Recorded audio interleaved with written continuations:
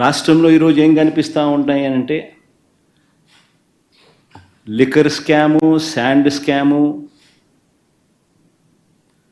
దగ్గర నుంచి మొదలు పెడితే ప్రతి నియోజకవర్గంలో ప్యాకెట్ క్లబ్బులు,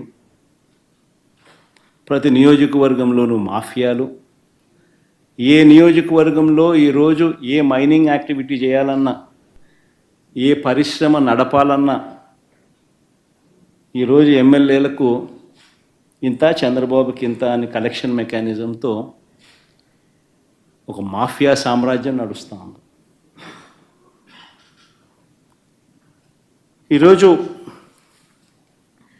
ఒకవైపున అన్ని రకాలుగా రాష్ట్రం వెనకడుగులు వేస్తూ ఉంటే, తిరోగమనంలో రాష్ట్రం ఉంటే, మరోవైపున మనం తీసుకొచ్చిన సంస్కరణలు ఈరోజు కళ్ళ ఎదుటే నీరు గారిపోతూ ఉన్న పరిస్థితులు ఈరోజు కనిపిస్తూ ఉన్నాయి.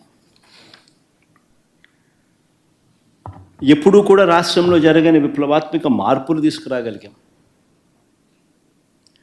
ఇంతకుముందు సాధ్యమేనా ఇలాంటి మార్పులు అని అనిపించే పరిస్థితి నుంచి ఇలాంటి గొప్ప మార్పులు సాధ్యము అని చెప్పి చేసి చూపించగలిగాం. మేము తీసుకొచ్చిన ప్రతి మార్పు కూడా నా 3648 కిలోమీటర్ల పాదయాత్రలో చూసిన కష్టాలను, తెలుసుకున్న విషయాలను, వాటికి సొల్యూషన్స్ ఇచ్చే విధంగా మా ప్రభుత్వంలో ప్రతి అడుగు కూడా మేము సొల్యూషన్స్ ఇచ్చే విధంగానే అడుగులు వేశాం. ఆ సొల్యూషన్స్ ఇచ్చే క్రమంలో ప్రతి రంగంలోనూ ఒక రెవల్యూషన్ తీసుకురాగలిగాం. ఆ సొల్యూషన్స్ ఇచ్చే క్రమంలో ఇది సాధ్యం అవుతుందా అనే పరిస్థితి నుంచి సాధ్యం చేసి చూపించగలిగాం. ఎప్పుడు ఊహించని మార్పులు తీసుకురాగలిగాం. డెలివరీ మెకానిజంలో లంచాలు లేకుండా, వివక్ష లేకుండా అసలు గ్రామాలలో ఏదైనా ప్రభుత్వ పథకాలు ఇవ్వగలుగుతామా, ఇవ్వడం సాధ్యమేనా అని అనిపించే పరిస్థితి నుంచి లేదు, ఇది సాధ్యమే అని చెప్పి గ్రామ స్వరాజ్యాన్ని తీసుకొచ్చాం. ప్రతి గ్రామంలోనూ సచివాలయ వ్యవస్థ, ప్రతి 50-60 ఇళ్లకు వాలంటీర్ వ్యవస్థ, లంచాలు లేకుండా, వివక్ష లేకుండా ప్రతి పథకము, దాదాపుగా 540 రకాల సేవలు గ్రామంలోనే ఇంటి వద్దకే డోర్ డెలివరీ. గ్రామ స్వరాజ్యానికి నిజమైన అర్థం చెబుతూ, వివక్ష లేకుండా, లంచాలు లేకుండా ప్రతి ఇంటికి మంచి చేయగలిగిన పరిస్థితులు ఈ 5 సంవత్సరాల పాలనలోనే, గత 5 సంవత్సరాల పాలనలోనే చూసాం.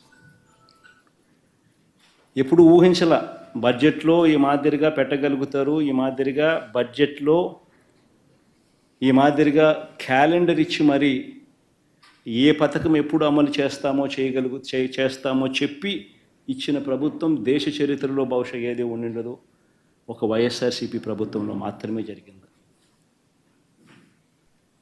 లంచాలు లేకుండా, వివక్ష లేకుండా ఏకంగా 2,73,000 కోట్ల రూపాయలు లంచాలు లేకుండా, వివక్ష లేకుండా ప్రతి ఇంటికి అందించగలిగిన పాలన నుంచి ఈరోజు మళ్ళీ జన్మభూమి కమిటీలు, మళ్ళీ తెలుగుదేశం పార్టీ నాయకుల చుట్టూ తిరగడాలు, ఉన్నవన్నీ కట్టింగులు, అసలు ఏ స్కీములు లేని పరిస్థితులు. ఇది చంద్రబాబు నాయుడు గారి ప్రభుత్వంలో ఈరోజు కనిపిస్తూ ఉన్న పరిస్థితులు. ఊహించని విధంగా గవర్నమెంట్ బడులలో ఇంగ్లీష్ మీడియం సాధ్యమేనా అన్న పరిస్థితి నుంచి గవర్నమెంట్ బడులు ఏ రోజైనా ప్రైవేట్ బడులతో కాంపిటీషన్లో చేయగలుగుతాయా అన్న పరిస్థితి నుంచి మొట్టమొదటిసారిగా గవర్నమెంట్ బడులతో ప్రైవేట్ బడులు కాంపిటీషన్ లేకి తీసుకొచ్చిన పరిస్థితులు వైఎస్ఆర్సీపీ ప్రభుత్వంలోనే చూసాం. గవర్నమెంట్ బడులలో ఇంగ్లీష్ మీడియంతో మొదలు పెడితే సిబిఎస్ఈ, ఐబీ దాకా ప్రయాణం తీసుకొచ్చింది ఎవరంటే వైఎస్ఆర్సీపీ ప్రభుత్వంలో. జరిగింది ఎప్పుడంటే వైఎస్ఆర్సీపీ ప్రభుత్వంలోనే. 3వ తరగతి నుంచే టోఫుల్ క్లాసులు ఎప్పుడు జరిగాయి అని అంటే వైఎస్ఆర్సీపీ ప్రభుత్వంలోనే కనిపిస్తాయి. నాడు నేడుతో స్కూళ్ళు ఎప్పుడు బాగుపడ్డాయంటే ఎప్పుడు జరిగాయంటే వైఎస్ఆర్సీపీ ప్రభుత్వంలోనే కనిపిస్తుంది. 6వ తరగతి నుంచి ప్రతి క్లాస్ రూమ్లు డిజిటైజ్ చేస్తూ ఐఎఫ్పి ప్యానెళ్లతో డిజిటల్ బోధన ఎప్పుడు ఆరంభమైంది అని అంటే అది వైఎస్ఆర్సీపీ ప్రభుత్వంలోనే. 8వ తరగతి పిల్లల చేతుల్లో ట్యాబులు ఎప్పుడు కనిపించాయి అని అంటే అది వైఎస్ఆర్సీపీ ప్రభుత్వంలోనే. సబ్జెక్ట్ టీచర్ కాన్సెప్ట్ 3వ తరగతి నుంచి ఎప్పుడు స్టార్ట్ అయ్యింది అని అంటే అది వైఎస్ఆర్సీపీ ప్రభుత్వంలోనే. బడులకు పోతా ఉన్న పిల్లలకు తల్లులను ప్రోత్సహిస్తూ పిల్లలను బడికి పంపించేలా తల్లులను ప్రోత్సహిస్తూ అమ్మఒడి ఎప్పుడు ఇచ్చారు అని అంటే అది వైఎస్ఆర్సీపీ ప్రభుత్వంలోనే. పూర్తి ఫీజు రీఎంబర్స్మెంట్తో పిల్లలకు అండగా ఎప్పుడు నిలబడింది అని అంటే అది వైఎస్ఆర్సీపీ ప్రభుత్వంలోనే. ఆన్లైన్ వర్టికల్స్ తీసుకొచ్చి సర్టిఫైడ్ ఆన్లైన్ వర్టికల్స్ కరికులంలో భాగంగా ఎప్పుడు తీసుకొచ్చాము అని అంటే అది వైఎస్ఆర్సీపీ ప్రభుత్వంలోనే. మ్యాండేటరీ ఇంటర్న్షిప్లో మొదలెడితే కరికులంలో మార్పులు, సిబిఎస్ఈ నుంచి ఐబీ దాకా ప్రయాణం, ఇటువంటి రెవల్యూషన్స్ అన్నీ ఎప్పుడు జరిగాయనంటే వైఎస్ఆర్సీపీ ప్రభుత్వంలోనే.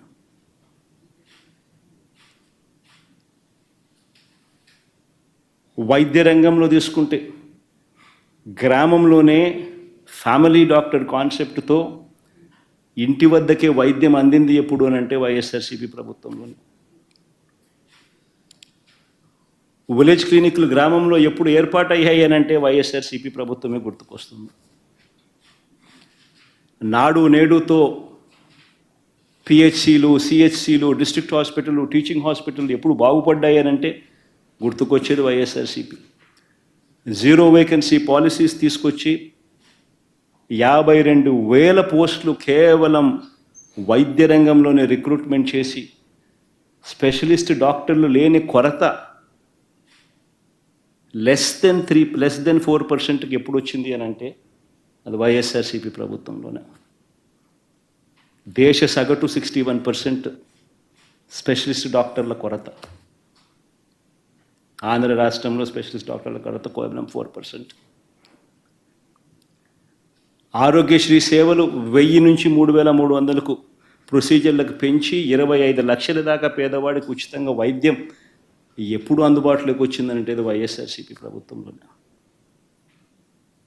ఆరోగ్య ఆసరా ఎప్పుడు వచ్చిందంటే అది వైఎస్ఆర్సీపీ ప్రభుత్వంలోనే. 17 కొత్త మెడికల్ కాలేజీలు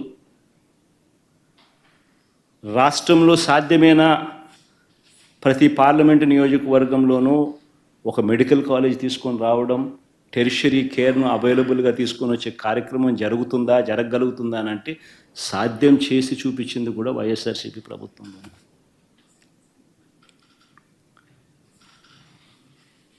రైతన్నను చెయ్యి పట్టుకొని నడిపించడం సాధ్యమేనా? గ్రామాలలో దళారీ వ్యవస్థ తీయడం సాధ్యమేనా? పారదర్శకంగా రైతన్నను చేయి పట్టుకొని నడిపించగలమా అన్నది ఆలోచన చేస్తే ఒక ఆర్బీకే వ్యవస్థ వచ్చింది వైఎస్ఆర్సీపీ ప్రభుత్వంలోనే. ఈ క్రాప్ వచ్చింది వైఎస్ఆర్సీపీ ప్రభుత్వంలోనే. ఈ క్రాప్ ద్వారా పారదర్శకంగా ఉచిత పంటల బీమా తీసుకొచ్చింది వైఎస్ఆర్సీపీ ప్రభుత్వంలోనే. దళారీల వ్యవస్థే లేకుండా ఆర్బీకేల ద్వారానే కొనుగోలు చేసే పరిస్థితి ఎప్పుడు వచ్చింది అని అంటే వైఎస్ఆర్సీపీ ప్రభుత్వం. ఈరోజు నేను చెప్తా ఉన్నా, అన్ని వ్యవస్థలు ఈరోజు తిరోగమనమే. అన్ని వ్యవస్థలు ఈరోజు రైతన్నలు ఈరోజు ధాన్యం కొనుగోలు కార్యక్రమం ప్రతి రైతు కూడా 1,720 రూపాయలు బస్తా అయితే ఎంఎస్పి ప్రకారం రావాల్సిన రేట్ అయితే